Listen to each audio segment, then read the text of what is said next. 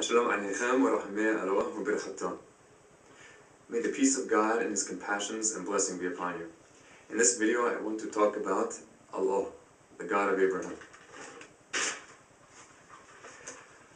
Often among Christians and Jews I hear opposition against use of the term Allah in reference to the Creator, the God of Abraham, on the basis of several misunderstandings and lack of information. One of these is that the name Allah is, in Hebrew, the word for curse, which is, first of all, patently not true.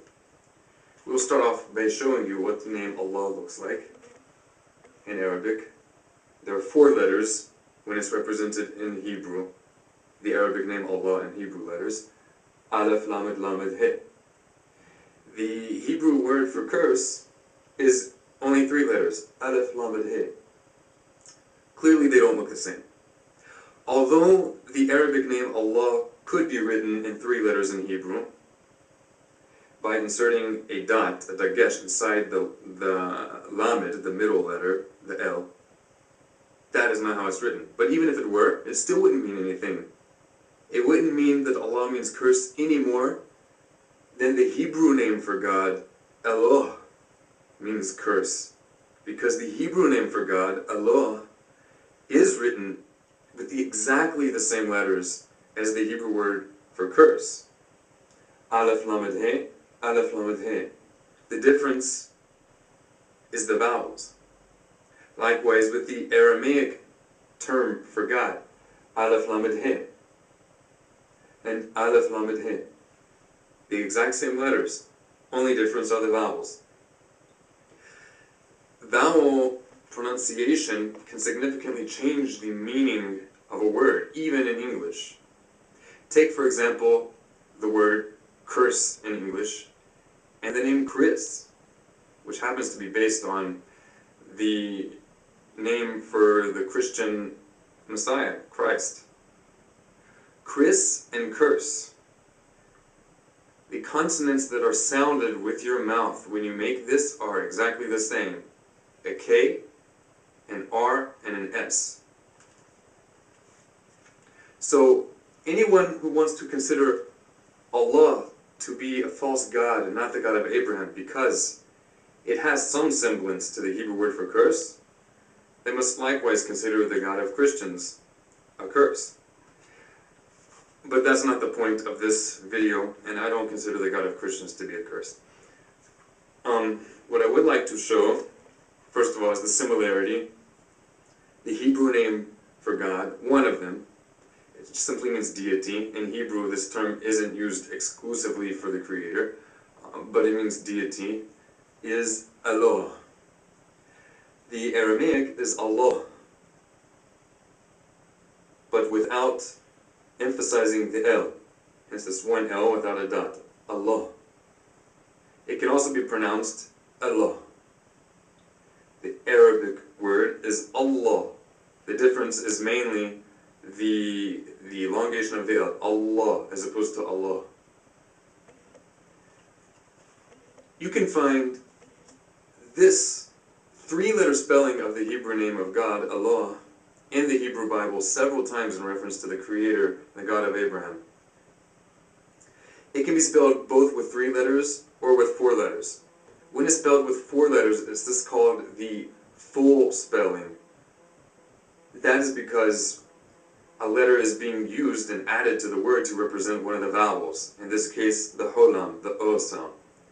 But the essence of the word, the root of the word, is only 3 letters, and it appears several times in the Hebrew Bible in reference to God with only 3 letters. Same thing with the Aramaic word Allah. This appears several times in the Aramaic portions of the Hebrew Bible. I've counted in the book of Daniel at least 7 times when this appears, both in reference to false deities and also in reference to the God of Israel.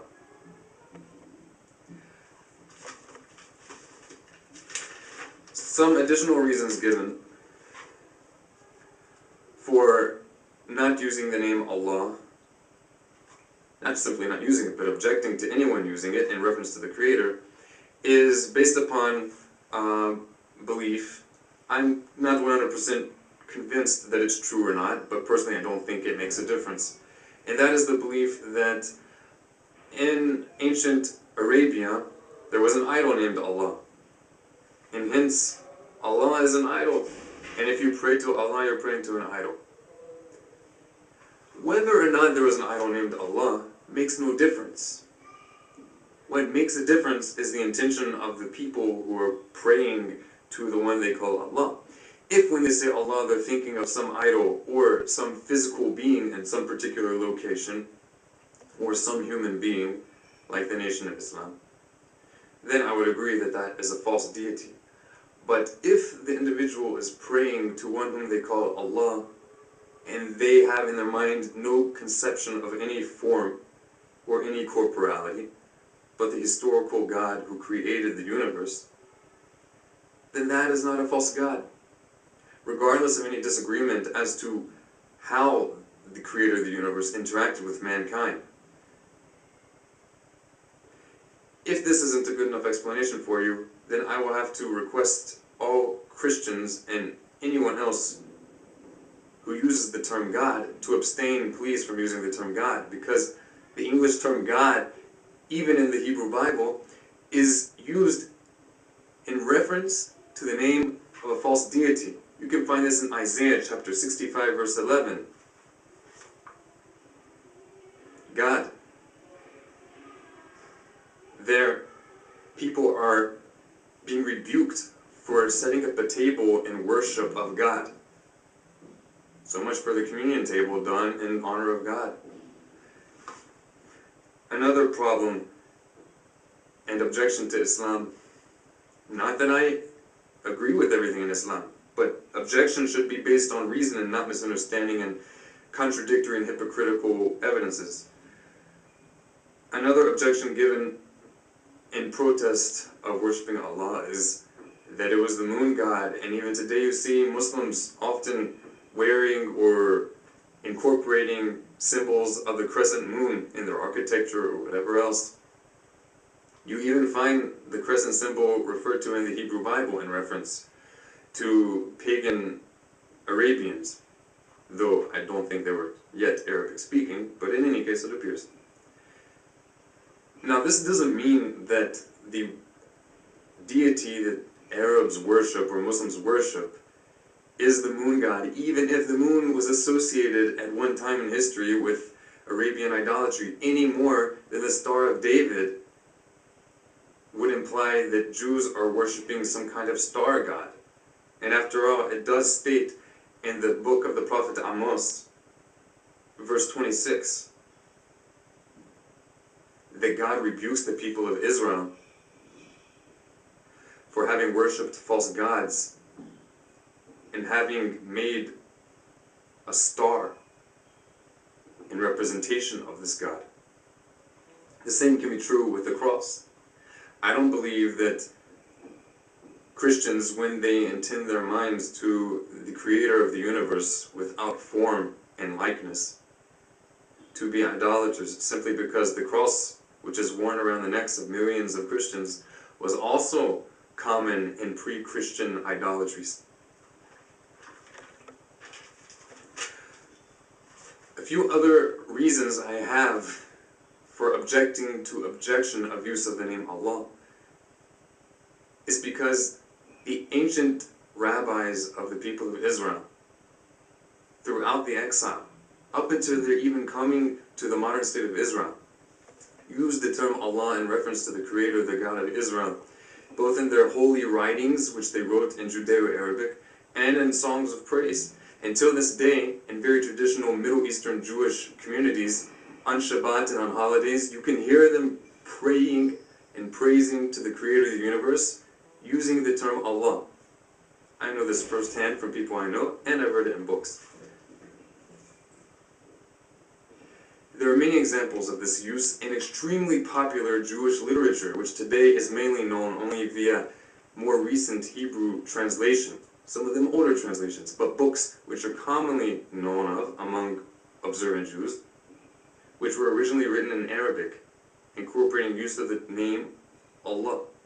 These include the book Kuzari, the book Duties of the Heart, the book Modeh Nevuchim, Guide for the Perplexed, the book The Guide for Serving God, Maspikra Avdei Hashem, the earliest known complete commentary on the Mishnah, Rambam's commentary on the Mishnah.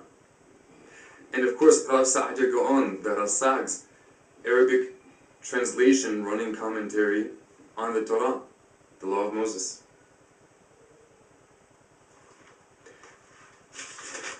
I've recently heard it objected to, use of the term Allah, for reason that, regardless of all the things I've said so far, the God of Israel and the God of Abraham doesn't have the spite and hatred and evil, unbridled anger, as you may find in a human, as we find in Allah, the God of the Quran, who, in punishment for the heathens, will send them to the fires of hell and burn and roast them, and once they're finished roasting, He will heal them just to roast them again.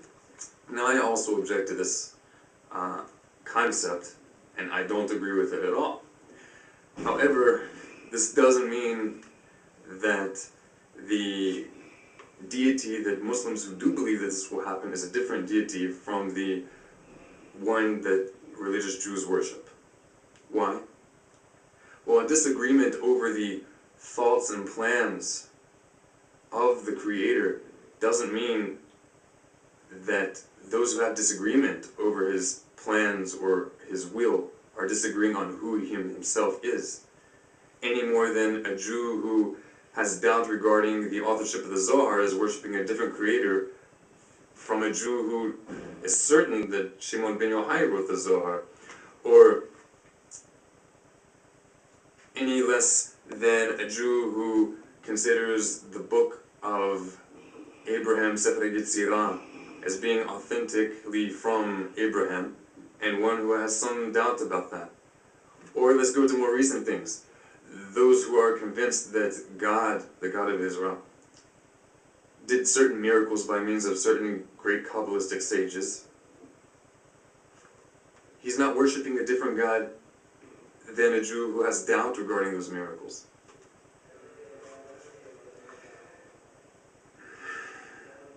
I wrote the following analogy to put it simply.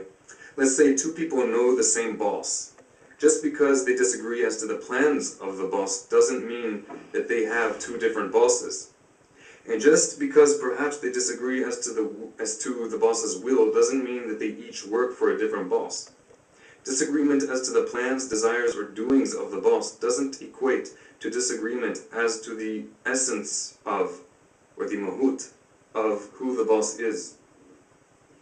Muslims, Jews, and the original followers of Jesus, who said that the greatest commandment is, Hear, O Israel, the Lord our God, the Lord is one.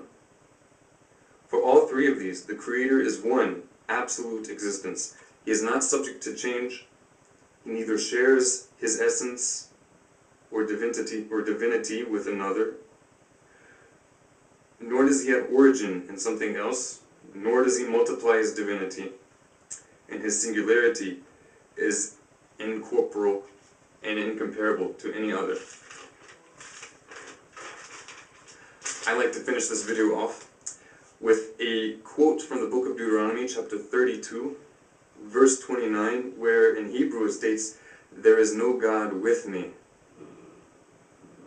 And in the Aramaic translation of Onkelos, it states, "Leth Allah bar minni."